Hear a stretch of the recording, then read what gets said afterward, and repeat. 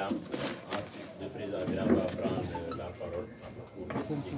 Ensuite, on va faire une série de questions des journalistes qui voudraient poser des questions. Donc, c'est ça. Je partage les questions. kon mbokk yi ñu dénk suñu bopp yàlla waaye ñaan ko mu barkeel jotaay su ko defee suñu yi ñu fas yéene jàkkaarloo yéen ñu mën ci jariñu ñu ngi ci président téléspectateur ak followers yeeg et les milliers de personnes qui nous regardent à travers nos médias kon nag dañuy def Fatiha ak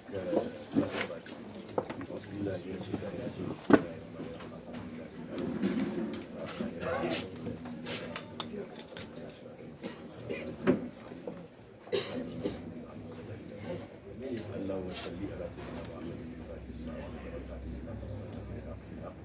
والهادي الى صراطك المستقيم وعلى آله حق قدره ومقداره العظيم إن الله وملائكته يصلون على النبي يا أيها الذين آمنوا صلوا عليه وسلموا تسليما صلى الله تعالى عليه وعلى آله وصحبه وسلم سبحان ربك رب العزة عما يصفون والسلام على المرسلين.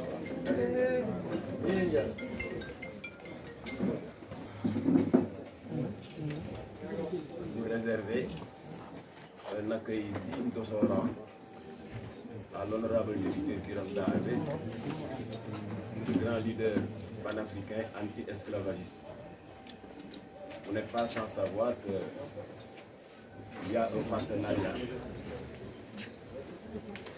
de très longue date qui lie nos deux ONG, parce que n'oublions pas qu'il est le président de l'IRA, Initiative pour la résistance du mouvement anti-abolitionniste, anti-esclavagiste, et que, en ce qui me concerne, je suis président de l'ONG islamique Jamra.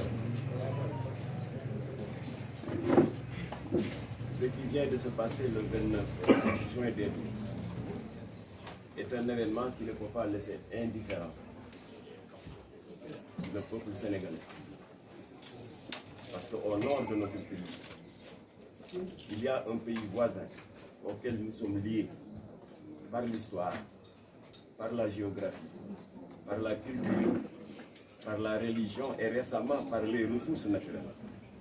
Parce que vous n'êtes pas sans savoir que par la grâce de Dieu, il y a des gisements de gaz et de pétrole qui ont été découverts entre nos deux frontières. Donc ce qui nous lie est vraiment très large. Par conséquent, le Sénégal ne peut pas être indifférent à ce qui se passe chez nos voisins mauritaniens. Et il y a un des sages de Jamra qui a trouvé la formule adéquate en disant que lorsque la Mauritanie s'enrhume, le Sénégal éternue. Je crois que c'est une image qui illustre parfaitement la profondeur et l'excellence des relations qui a toujours prévalu entre les deux pays. Alors nous disons que le 29 juin dernier, le peuple mauritanien avait eu à choisir celui qui devait présider à leur destinée pour les 5 années à venir. Et vous avez tous suivi l'actualité nationale et internationale pour comprendre parfaitement que sur les 5 candidats qui étaient en liste, il y en avait un qui était presque unanimement désigné comme étant le favori. Je veux parler de mon voisin de gauche, Biram Dahambé, qui nous a fait l'honneur, nous, ONG Islamique Jamra, d'une visite de courtoisie dans le cadre d'une tournée internationale d'information et de sensibilisation qu'il compte faire pour informer l'opinion sur les tenants et aboutissants. Je ne dirais pas de cette élection, mais de ce hold-up électoral. Donc c'est un grand honneur qu'il a fait à Jamra, de nous réserver la première étape de sa tournée internationale.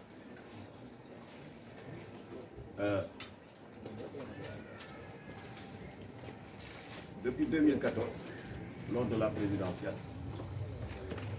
l'opinion mauritanienne et au-delà des frontières de ce pays cette opinion a eu à s'indigner des malversations, des irrégularités qui ont fait que pratiquement la victoire lui avait été arrachée une première fois. Mais malgré cela, il était arrivé deuxième lors de la présidentielle de 2014. Il en fut de même lors de la présidentielle de 2019. Sans compter, bien entendu, le 29 juin dernier, où il y a eu une sorte de bis répétita, il est encore arrivé deuxième. Mais avant d'en arriver là, je voudrais rappeler que Jamra a toujours prêté une attention particulière par rapport au combat que notre ami et frère Biram Dahabé a toujours mené, non seulement pour le peuple frère de la Mauritanie, mais pour le panafricanisme d'une manière générale, la lutte contre l'injustice en particulier, et spécialement la lutte contre les minorités raciales, comme c'est le cas des Haratis. Alors ce combat lui a valu en 2018 d'avoir fait l'objet d'une arrestation arbitraire. C'était le 9 mai. Le 7 août 2018. Et il est resté en prison jusqu'au 1er septembre 2019. Entre-temps, il y a eu les élections législatives et le peuple mauritanien, dans sa détermination et dans sa forte adhésion aux idéaux défendus par Biram Dahabé, l'a élu député alors qu'il n'a même pas eu à mener campagne pour la bonne et simple raison qu'il était encore en prison. Alors, à sa libération, donc, nous avons eu l'honneur de l'avoir reçu ici au Sénégal, particulièrement au siège de Jamra. Parce qu'effectivement, Biram Dahabé, malgré la distance, suivait tous les messages, toutes les motions de soutien que Jamra n'a eu de cesse de formuler au plan international pour dénoncer les brimades dont il a toujours été victime. Alors il nous a fait l'agréable surprise au mois de mai 2021 de nous rendre une visite de courtoisie ici au siège de Jamra. Et je dois dire que nous avons été doublement agréablement surpris parce qu'il en avait profité lui aussi pour manifester son soutien au combat de Jamra pour la défense de nos valeurs en prenant sa carte de membre de Jamra. Donc il faut que vous le sachiez, en dépit du fait que c'est une haute personnalité, arrivée deuxième à la présidentielle. Il a fait l'honneur au Sénégal, particulièrement à Jamra, d'avoir sa carte de membre. Jamra lui aussi lui avait rendu la réciproque en prenant une carte de membre de l'IRA. Je n'ai malheureusement pas le photo. Et la presse était là, certainement la plupart d'entre vous également l'avaient immortalisé.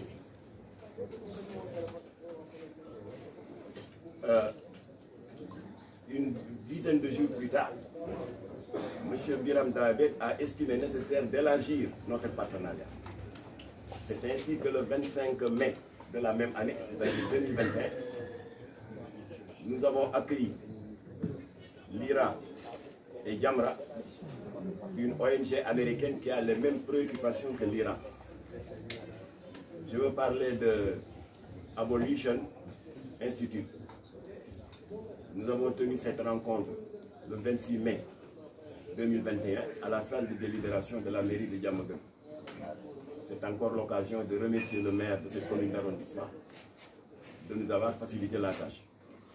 Et il y a eu une autre structure qui est venue renforcer ce triumvirat. Il s'agit du collectif des réfugiés mauritaniens basés à Dakar. Donc c'est ainsi à 4, nous avons scellé un partenariat.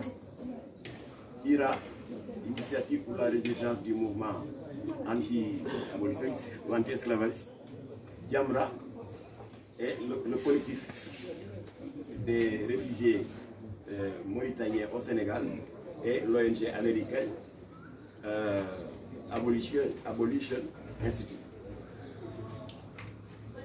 Cette rencontre à Diamaguène a été l'occasion, bien que nous étions à 3 ans de l'élection présidentielle de 2024, de lancer 2 alertes à l'attention de l'opinion internationale. D'abord pour déplorer la situation équivoque des réfugiés qui sont des apatrides sans nationalité, parce qu'ils n'ont que la carte de membres que leur a adressé l'OMI, l'Organisation pour les migrations, l'ACR, et ils ont des difficultés pour procéder à certaines opérations bancaires, à certains actes administratifs. La deuxième alerte était une sorte d'alerte en amont pour avertir l'opinion internationale suite au coup de force électoral dont je viens de vous parler tout à l'heure, à savoir la présidentielle de 2014, au terme de laquelle Biram Davé était arrivé deuxième, mais également la présidentielle de 2019, où on a eu la même configuration. C'était donc ça, la rencontre de Diamaguène. Mais avant d'aller plus loin, je voudrais faire part un peu à nos compatriotes d'un petit descriptif de la personnalité de Biram Davé. Qui est Biram Davé? N'oublions pas qu'il est des nôtres. D'ailleurs, il a l'habitude dans ses interventions, dans ses interviews avec des médias internationaux, de dire que sa deuxième patrie, c'est le Sénégal. Et il n'a pas tort, parce qu'il a fait ici ses études en 2001. N'oublions pas qu'à ce moment-là, et j'ai eu l'information, la confirmation de cette information auprès du professeur Ibader Thiam, agrégé en histoire. N'oublions pas que c'est à l'université Cheikh Anta Diop qu'il a eu à soutenir une thèse sur l'histoire et sur le droit, en réservant une portion non négligeable au fléau de l'esclavagisme. Et c'est alors que, personnellement, nous avons beaucoup appris en découvrant que l'élite dirigeante mauritanienne a réussi à diviser, à subdiviser le peuple mauritanien, en mettant tout à fait au-dessus les Beïdak, donc des arabo-berbères qui se sont arrogés tous les privilèges et tous les pouvoirs. Et en deuxième position, ils avaient mis les Haratis, qui sont des Mauritaniens de race noire, partageant la même culture et la même langue que les Beïdak. Et au bas de l'échelle, ils ont mis les négro-mauritaniens, qui nous sont beaucoup plus proches du point de vue de la culture, parce que constitués de Soninké, de Bambara, de Peul et de Wolof. Nous avons beaucoup appris donc dans sa soutenance de thèse que c'est un pays que nous ne devons pas laisser à son propre compte, que nous ne devons pas laisser mener seul son combat. Et Biram Davé ne s'est pas contenté d'expliquer à l'opinion cette sorte d'apartheid qui ne dit pas son nom, bien que la Mauritanie ait proclamé officiellement que l'esclavage avait été aboli depuis le 5 juillet 1980. Alors grâce aux travaux universitaires de Biram Davé, le monde a commencé à ouvrir les yeux en se disant que, tiens, nous qui pensions que l'esclavage avait été aboli par la loi de Victor Schœlcher depuis 1848, alors qu'en réalité, il y a des réminiscences qui sont toujours palpables dans des pays comme la Mauritanie, comme la Somalie, comme l'Arabie Saoudite, en fait une petite demi-douzaine. Il ne s'est pas contenté d'informer l'opinion et de l'alerter, mais ça a été accompagné d'actions d'éclat. Et je vous avais expliqué la fois dernière que l'action la plus éclatante qu'il a eu à mener, c'était pour dénoncer la codification faite par le régime en place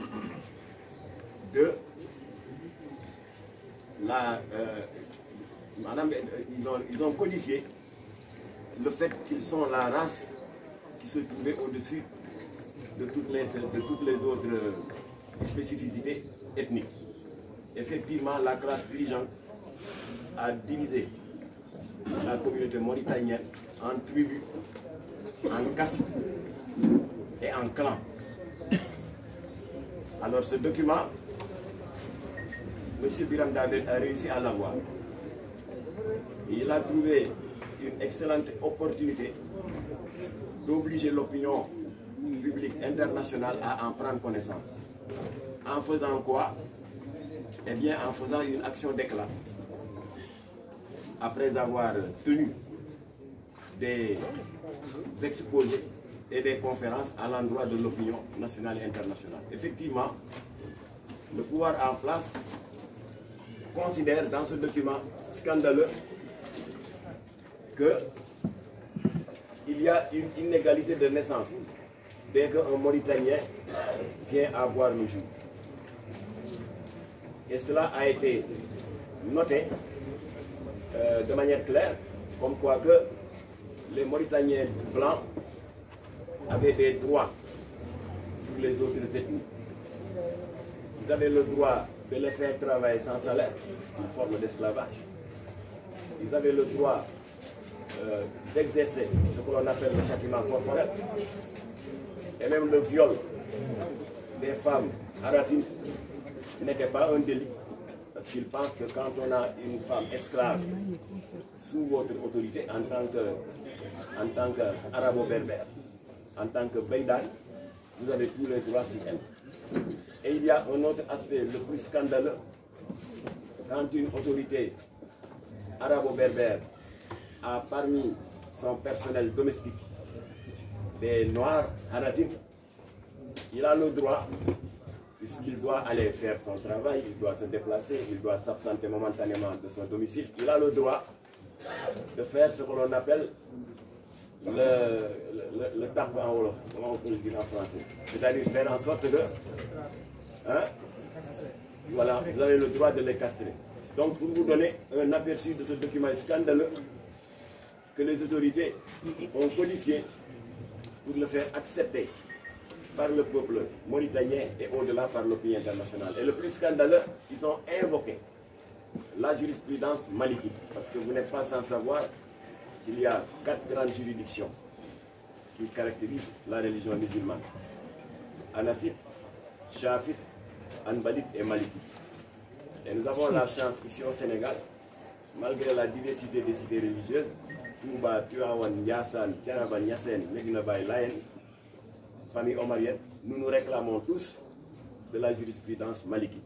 Donc le Sénégal ne pouvait pas être indifférent en apprenant le scandale, les scandales contenus dans ce document et que le monde a découvert grâce à cette action d'éclat que Biram David a effectuée.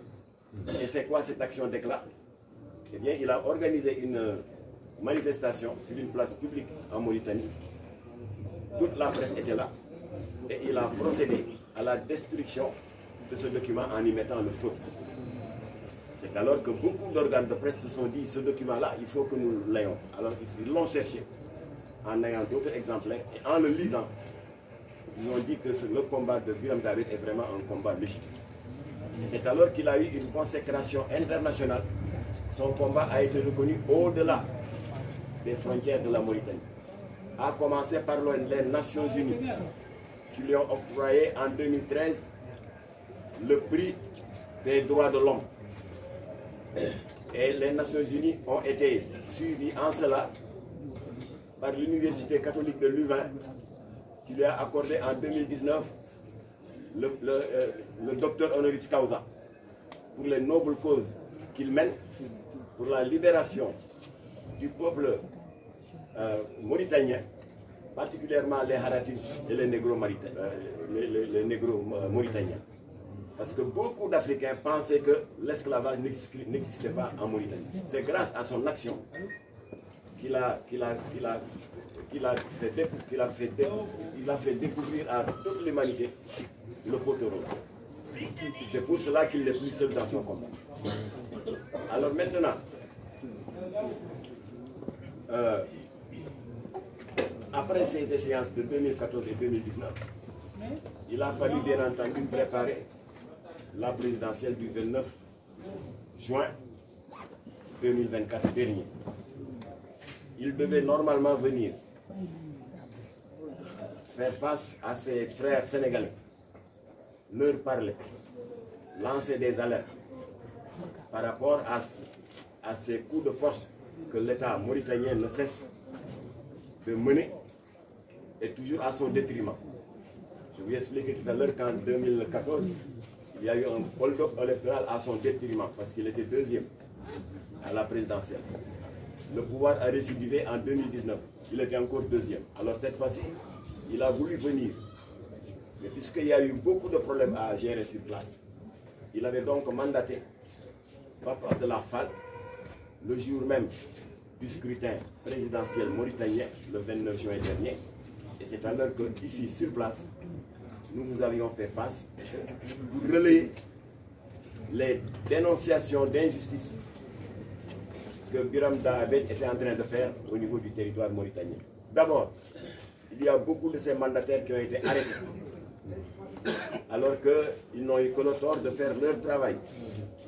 Et personne n'a vu ou entendu Biram Dahabed lancer un appel à l'insurrection. Malgré les injustices systématiques qu'on lui fait subir, il a toujours calmé ses troupes.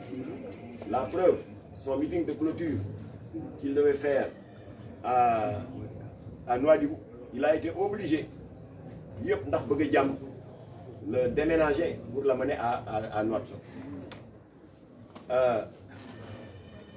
Malgré cela, son mandataire, basé ici au Sénégal, 2 mois avant le scrutin, a pris l'initiative de contacter les organisations non gouvernementales basées à Dakar pour qu'on puisse permettre à la diaspora mauritanienne habitant au Sénégal, de pouvoir s'acquitter de leur devoir de citoyen. Il s'agit donc de Pape Abdallah Fall qui a contacté Alimtib d'Africa Jom Center. Il a contacté Amnesty, section sénégalaise, notre ami Seydi Gassama, et il a contacté Djamma. Et unanimement, ces 3 partenaires de IRA ont eu la même observation en demandant à Abdoulaye de ne pas donner à l'ambassadeur de la Mauritanie au Sénégal l'occasion d'invoquer des problèmes de forclusion ou de prétexter qu'il n'a pas été saisi à temps. Alors effectivement, il a été saisi à temps par correspondance dans le respect des délais prévus par le code électoral. Pour lui dire que nous, Mauritaniens, habitants de Dakar, nous voulons, contrairement à ce qui s'est passé en 2019, avoir un bureau de vote. Un bureau de vote n'est pas compliqué. Il n'y a rien à construire, il n'y a rien à bâtir. Il suffit simplement de mettre les locaux, 1 ou 2 bureaux de l'ambassade de la Mauritanie au Sénégal à la disposition de ceux qui doivent organiser les élections. Et chaque candidat devrait avoir son mandataire. Donc tout a été expliqué dans la correspondance. La correspondance lui a été remise dans les délais, avec des sages et accusés de réception. De dilatoire à dilatoire, jusqu'au dernier moment, l'ambassadeur de la Mauritanie au Sénégal n'a pas daigné mettre à la disposition des Mauritaniens habitants au Sénégal un bureau de vote. Ce qui a causé un grave préjudice, un douloureux préjudice au candidat à la présidentielle Biram Dahabed pour la bonne et simple raison. 40 000 Sénégalais, 40 000 Mauritaniens habitants au Sénégal ont été privés de leur droit de vote. Et des exemples comme ça, on peut en définir, on peut en expliquer à l'infini. Voilà, donc il nous fait l'honneur, nous, Sénégal, à travers Djamra, de nous prendre comme première étape